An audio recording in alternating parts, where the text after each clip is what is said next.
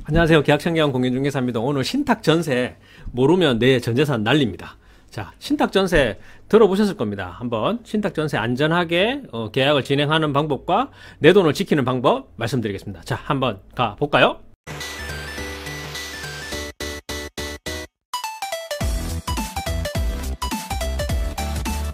신탁전세, 신탁회사라는 게 왜 있는지를 먼저 아셔야 돼요. 그 취지를 알고 접근하면 상당히 이해하기 좋습니다. 자, 첫 번째는 집주인은 은행 가서 돈을 빌려고 합니다. 근데 은행도 돈을 많이 빌려주고 싶어요. 하지만 나라에서 규제, 여러 가지 규제들로 인해서 돈을 많이 빌려주고 줄 수가 없어.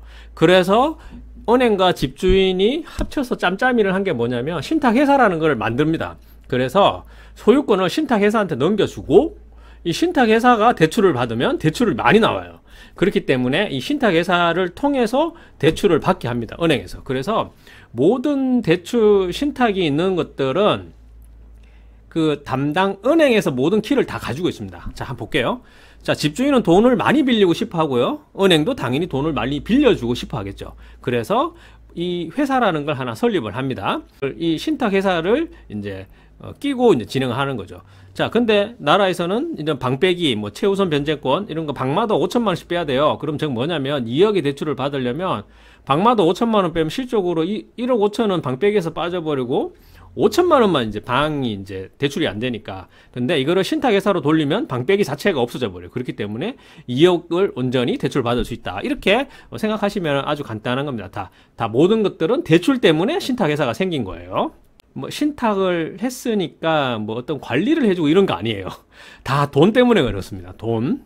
자, 집주인은 소유권을 신탁회사한테 주고 신탁회사는 돈을 많이 준다. 이렇게 보시면 되죠. 이제 신탁 전세의 문제점을 제가 말씀드리겠습니다. 자, 대부분 신탁자 있죠. 집주인과 계약을 진행하지만 현재 등기상은 수탁자가 집주인으로 되어 있기 때문에 이 신탁자, 원래의 집주인과의 계약은 무효입니다. 자, 그러니까 아까 집주인이 신탁회사로 소유권을 넘겼죠. 여기서 이제 문제가 발생하는 거예요. 보시면 신탁자가 집주인입니다. 집주인이 계약을 진행을 하지만 현재 등기상에는 이 집주인이 아니야. 신탁회사가 집주인이기 때문에 이 소유주가 신탁회사예요. 그렇기 때문에 신탁자, 자, 집주인과의 계약은 무효입니다. 무효. 그러니까 계약이 성립되지 않는 계약이라는 거죠. 자, 신탁회사에서 만약에 이제 이거를 뭐 집주인과 계약을 해서 문제가 됐다. 그러면 신탁회사에서 이 계약 무효 소송을 하면 이 임차인은 전세 보증금을 돈 한 푼 못 받고 그냥 쫓겨나야 돼요. 왜냐하면 이 계약 자체가 성립이 안 되는 계약이기 때문에. 여기서 이제 중개사고 터지고 그 전세입자들 쫓겨나고 돈 한 푼 못 받고 돈 다 날리고 이제 이런 문제점이 발생합니다. 자, 그렇다고 해서 우리가 뭐 전세 계약을 하면 안 되냐, 또 전세 임차인이 들어갈 수 없냐, 그건 아니에요. 가장 중요한 거는 어떻게 하냐면 그 방법을 제가 말씀드리겠습니다. 신탁 전세를 안전하게 계약하는 방법.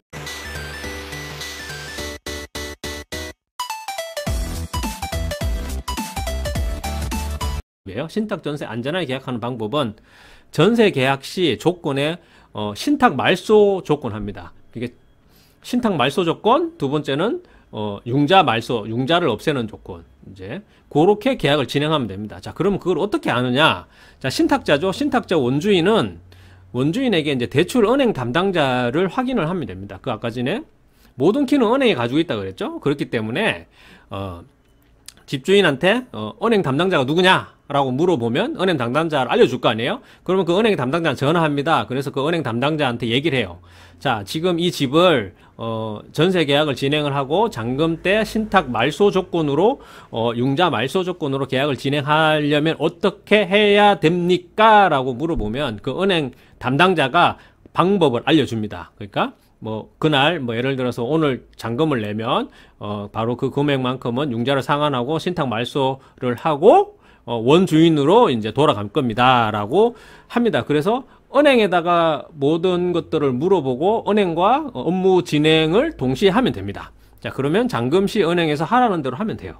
자, 그러면 어떻게 되냐면 이제 이렇게 진행을 하면은 아주 간단하게 해결됩니다. 근데 만약에 문제는 뭐냐면 수탁자죠. 그러니까 신탁은행이죠. 신탁회사와 은행은 절대로 임대차 동의를 하지가 않아요. 그러니까 왜냐면 돈을 빌려주기 위해서 한 거기 때문에 굳이 임대차까지 관여를 안 하고 임대차는 아예 동의 자체도 안 합니다. 그리고 회사잖아요.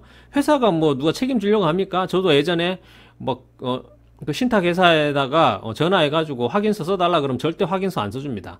자기들은 관여할 게 아니죠. 자, 그리고 뭐 신탁 원부를 등기소 가면 뗄 수가 있어요. 신탁 원부 등기소 가서 떼봤자 뭐 막 한 100페이지 돼요. 그 100페이지 중에 뭐 임대차 관련은 뭐 대부분 보면 열의 신탁 원부를 보면 임대차는 뭐 수탁자인 원래 원주인한테 위임한다 이런 내용 전혀 없습니다. 왜? 돈을 빌린 거기 때문에. 그러니까 아예 뭐 임대차 관계에 대해서는 무조건 없다 이렇게 보시면 돼요. 자, 이 신탁이 되어 있는 곳을 전세 계약한 것입니다. 제가 한번 설명해 드릴게요. 자, 이제 소유권 보존을 했습니다. 2022년 6월 14일 날 소유자 서울시 강북구 이제 뭐 이분한테 소유권이 되었는데 바로 그날 당일날 바로 신탁회사로 넘어갔어요. 왜냐하면 돈을 빌렸으니까 이제 바로 이제 신탁회사로 이제 소유권이 넘어간 거죠. 자, 여기서 소유권을 넘기고 돈을 준 거죠. 여기서 이제 돈을 준 거기 때문에 보시면 뭐 얼굴은 없어요. 자, 이 계약서 이 등기부 등본만 보면 상당히 심플합니다. 융자도 없지, 소유자 여기 있지. 그러니까 소유자가 뭐라고 하냐면 이게 잘 들으셔야 돼요.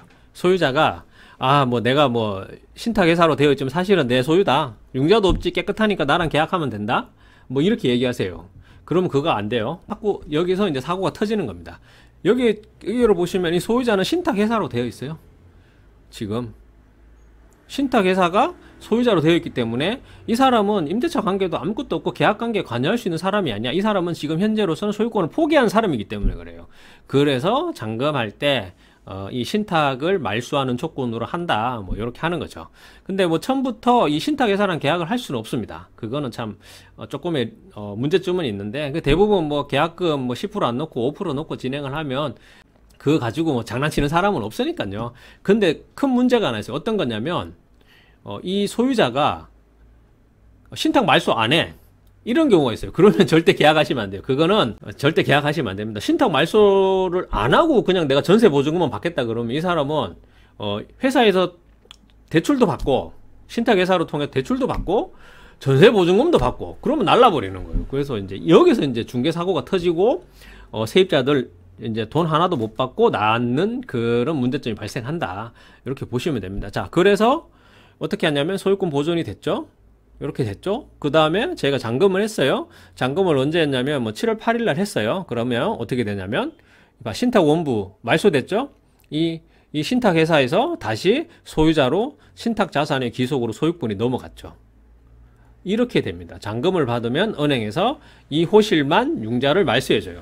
그래서 얼구도 없고 온전하게 이 원래 원소유자, 우리가 계약 당시 했던 이 소유자가 온전한 소유자로 넘어오기 때문에 안전한 전세 계약서가 된다. 이렇게 보시면 됩니다. 다 정리해 드리겠습니다. 정리해 주면 일단 무조건 전세 계약할 때는 융자나 신탁을 말소하는 조건으로 하시면 됩니다. 그거를 은행에다가 물어보시고 만약에 이 신탁자 원주인이 신탁을 말소하는 조건이 아니다 이러면 다른 거 계약하세요. 절대 이거 계약하지 마세요. 근데 뭐 보증금이 뭐 없다든가 고시원 같은 경우는 보증금이 없다든가 아니면 뭐 보증금 50이나 100, 뭐 200이나 이런 작은 돈 같은 경우는 어차피 보증금이 많이 안 들어가기 때문에 뭐 저도 계약을 하고 합니다. 자, 그렇지만 전세 보증금 막 8천만 원, 1억 그거는 나의 전 재산이지 않습니까? 그 큰 전 재산을 지키시려면 꼭 이 두 가지 원칙을 지키세요.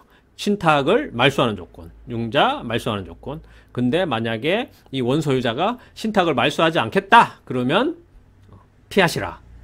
문제가 있다. 나중에 큰 문제점이 나한테 봉착될 수 있다. 이렇게 보시면 될 것 같습니다. 자, 이렇게 신탁 전세에 대해서 하는 방법에 대해서 알아봤습니다. 감사합니다. 계약 청계한 공인중개사입니다. 좋아요, 구독 부탁드리겠습니다.